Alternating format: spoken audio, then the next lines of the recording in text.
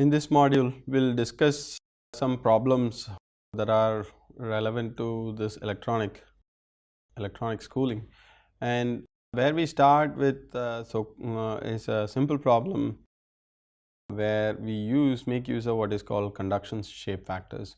While conduction shape factors is a way of approximating 2D or 3D geometry into a 1D approximation, but it's often not quite useful these days or not being used that regularly because of the advent of the computers and use of more of numerical solutions. But these are quite useful when trying to do back of the envelope calculation. So where we'll begin today is that we discuss this so-called conduction shape factor and use it in an example to begin our problem solving exercise here.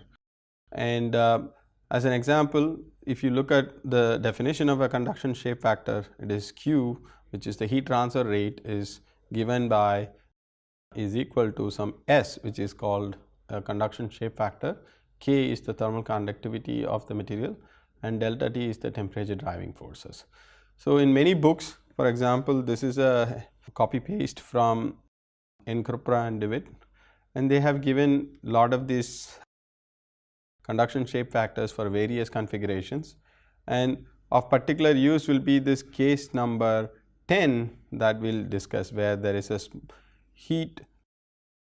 disk that sits on an infinite semi-infinite medium, and the disk is of diameter d, and which is at some temperature T1, and the semi-infinite medium is at some temperature T2, and that expression, the shape factor S that we just discussed, is given by 2D.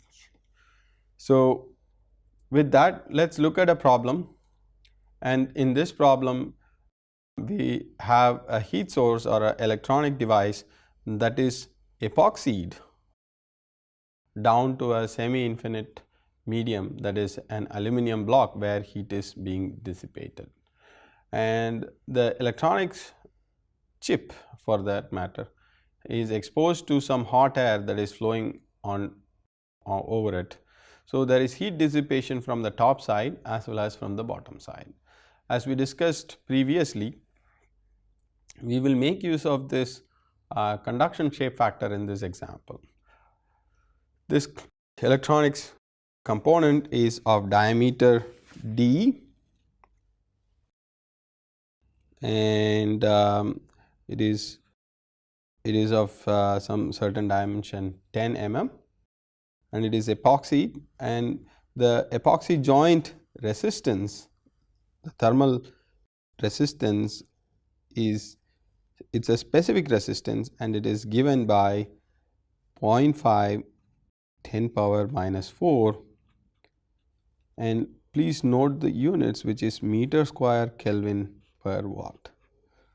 And so this meter square Kelvin by watt helps us to use the same epoxy joint resistance to any area, and so in this case the area being pi d square by 4, the area that is of the heat source is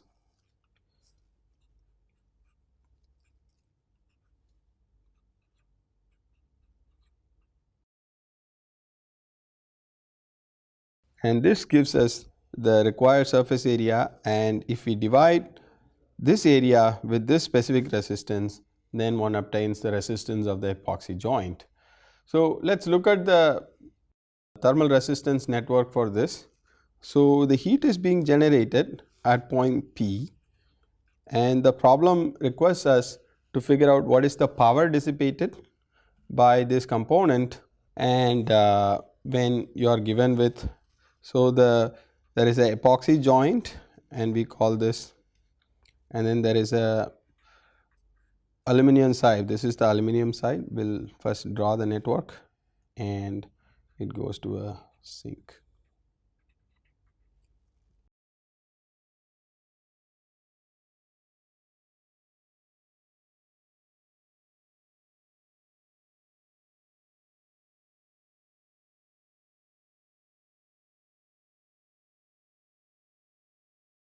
This is the aluminum block side, and on the other side you have some flow happening, and there is a convective resistance.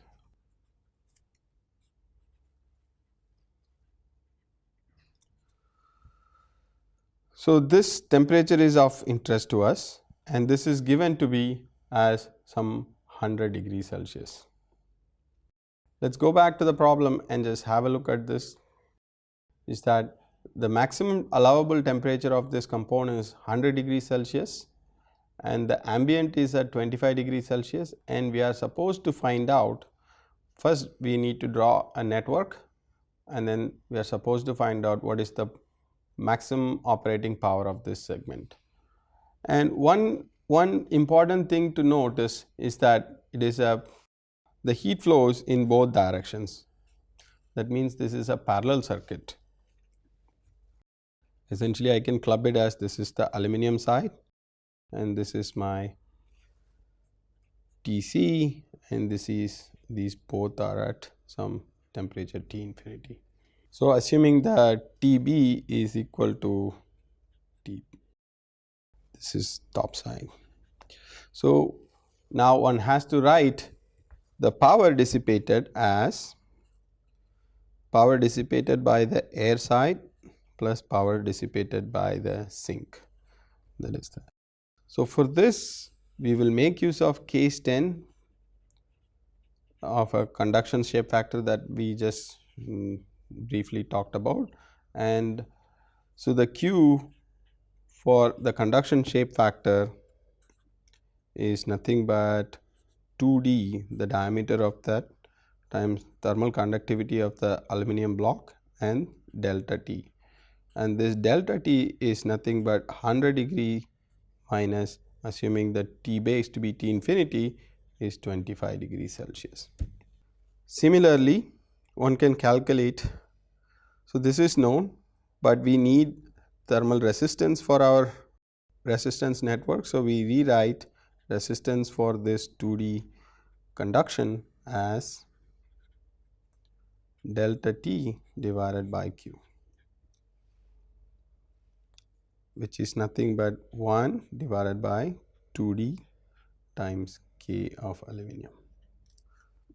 So, for the top side one can calculate based on the heat transfer coefficient, which is given to be about 25 watts per centimeter square. So, P air from the top side is nothing but H into the surface area into delta T, which is same as 75 degrees Celsius, which is 100 minus 25.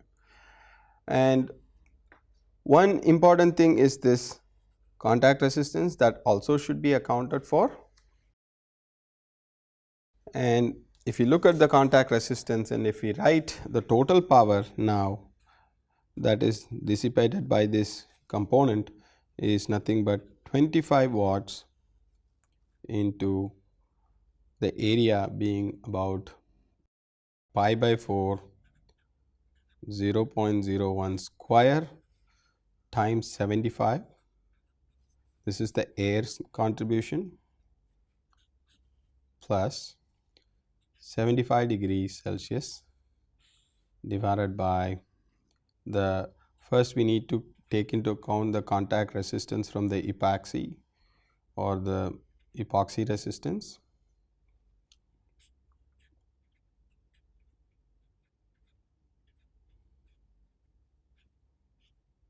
plus the 2D shape factor based analysis,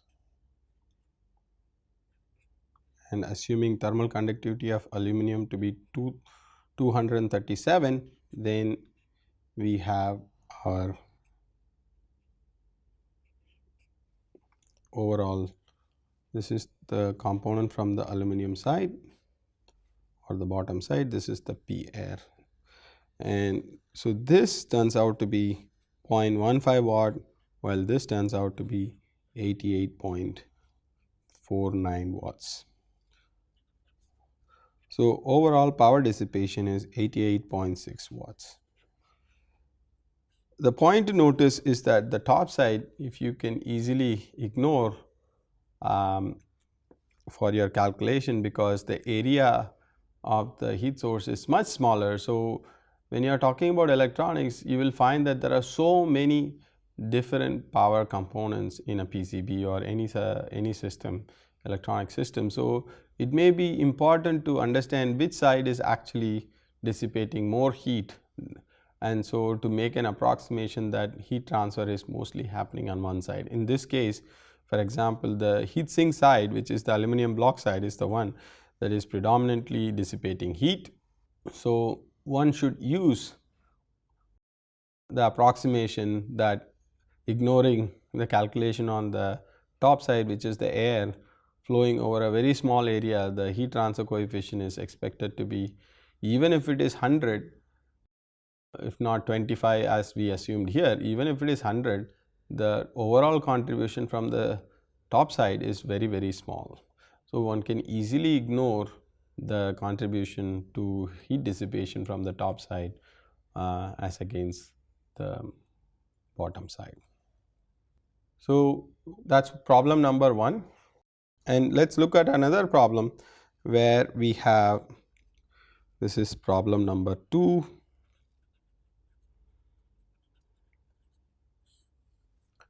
And I am going to draw this problem.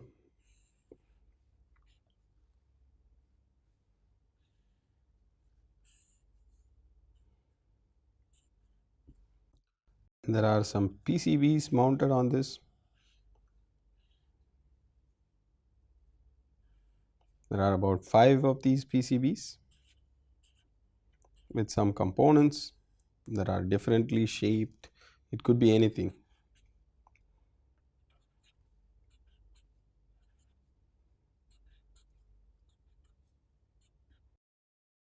And there is a fan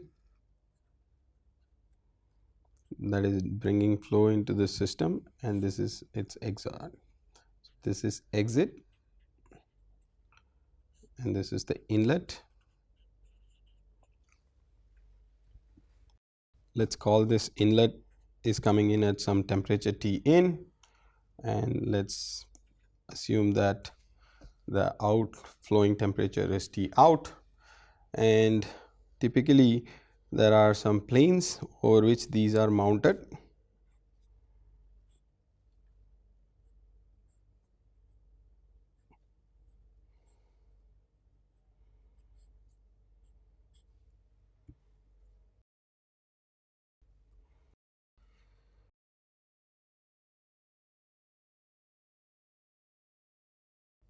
So, the flow goes through this, picks up heat from all these locations, and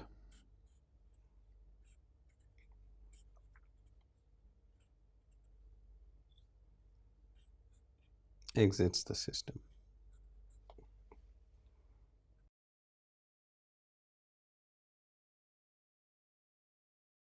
So, one thing is to notice is why is the inlet placed here versus, we haven't talked about what is the problem yet, but why is the inlet placed here versus why is the exit placed on the right side? Why is the inlet on the top, on the bottom down, and why is on the. So, this provides, as an example, is we are talking about air cooling in a system. This provides one of the best way to balance the flow lengths. For example, this length is equal to, approximately equal to the same length. So, all the flows will see equal lengths. That means distribution is important. Because we have n number of boards, one has to ensure that each board receives the right appropriate amount of airflow so that it can do its job of cooling those components. And one board may dissipate higher heat than this board. So, depending on that, one may have to modulate the flow, and that is often done by putting an orifice at these inlets. So, these orifices are pressure drop elements that control, if the fan is operating at a fixed speed, then these orifices provide a way to modulate the flow so that the appropriate amount of flow goes through each and every one of those boards. And the goal of this problem is that first order of business is we need to calculate what should be the minimum flow rate that goes through each of the that goes through this, the overall flow rate Q minimum that will go through, which is what we talk about is volumetric flow rate that goes through this system. That is the first question that we are interested in answering in this case. And the purpose is that we assume that the boards, each board is at 15 watts and the fan power is about 25 watts. And we have air as a cooling medium, and we know that there is a certain amount of T out, each board dissipates 20 watts and the fan dissipates about 25 watts. So the overall temperature, the T in that comes in is at 20 degrees Celsius, and assuming that it cannot exceed certain T out value, well, let us assume that the T out is to be 20 degree plus 15 degree rise, gives me close to 35 degrees Celsius. The overall temperature rise is, if it is given as delta T is equal to 15 degrees Celsius, then we are asked to find the Q minimum that needs to be flown through this. So if you take this example and work it out, there are 5 cards in the system and 1 fan. So one has to, if we have to calculate the total power dissipated, then one has to calculate power total is by 5 times the power of the boards plus the fan power, and this is nothing but 125 watts, because each board dissipates 20 watts and times 5 gives us 100 watts, and the fan dissipates about 25 watts. What we make an important assumption here is that the fan is dissipating all the power that the supply to the fan ends up as a heat, is the assumption, main assumption that we are making, is that all the power supplied to the fan is expended as heating to the airflow. So assuming the 25 watts applied to the fan plus the 100 watts from all the boards is giving us 125. So in order to find out the minimum flow rate, we need to supply so that the temperature rise of 15 degree is never reached, is given by P total by the density times the temperature rise. And we know that this is 125, and assuming the density of air to be 1.1614 kilogram per meter cube times the temperature rise, which is 15 degree Celsius, will fetch us that we need to supply at least this much amount of flow, volumetric flow, to ensure that the temperature rise across the boards is less than 15 degrees Celsius. The second part of the question is such that there is a heat source that dissipates, this is part B, is that we need to now, there is a very high power dissipating heat source and it dissipates about 1 watt per centimeter square, and this is quite a large number because the flux is very high, and it needs to be placed in the system. Where do we keep this high power component within the board? Should this high power component should be placed at the entrance or close to the inlet, or should it be placed at the exit? So obviously we all know that the incoming flow is the much colder flow, so keeping a high power component close to the inlet flow is the most desirable result, so that the heat transfer can, the temperature driving forces will be large, because the colder temperature and the hottest component feasible is closer to the inlet. So, we should keep this component in the board if this is my inlet, and we should place this component that dissipates 1 watt per centimeter close to the inlet and airflow, so that heat can be dissipated much easily. For this problem, in order to calculate the surface temperature, we are supplied with what is the heat transfer coefficient that is dissipated from this component, which is mounted with the heat sink. So, the heat transfer coefficient is assumed to be 200 watts per meter square Kelvin, and that is the, so from this we, assuming the inlet temperature is T in provided is 20 degrees Celsius, we can easily estimate the surface temperature using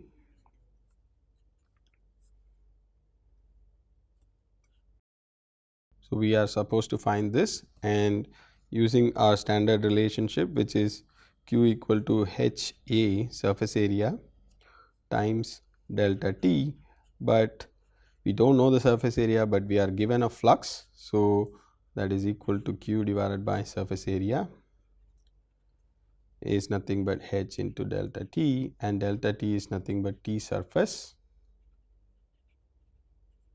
minus T inlet. From this we can back calculate surface temperature, and this surface temperature is estimated, if you do the calculation, it is nothing but 73 degrees Celsius. So, we will move to another problem, a very simple problem, and so let us look at the slide, and that it shows that there is a RF radio frequency device, silicon device, and it has a thickness of 200 microns, that is dissipating about 0.21 watts, and its area is only very small area, which is 7 mm by 7 mm. So, the goal is to figure out, should we put molding material around this heat source whose thermal conductivity is only 0.3 watt per mm, and this molding material increases the area of dissipation from 7 mm by 7 mm to 14 mm by 14 mm. So, having this mold, will it help or hurt, is the question that we are trying to answer, and we will make use of natural convective heat transfer in doing this.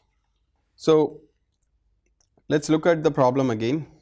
The problem asks for two things, is that we have a heat source, and this heat source is dissipating about 0.21 watts. It's a very small amount, small heat dissipation if you look at it from that perspective. And another is 7 mm by 7 mm. And the thickness is given as 200 micrometers. Okay.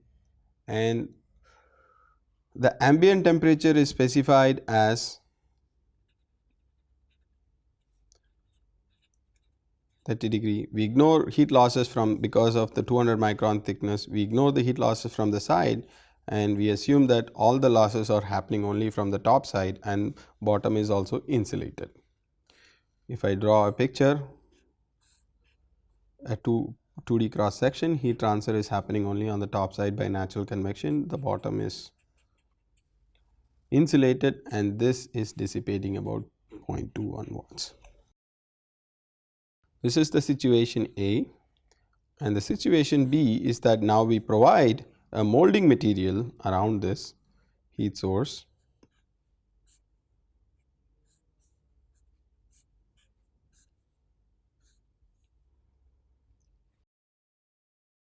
and this molding material sits on top of this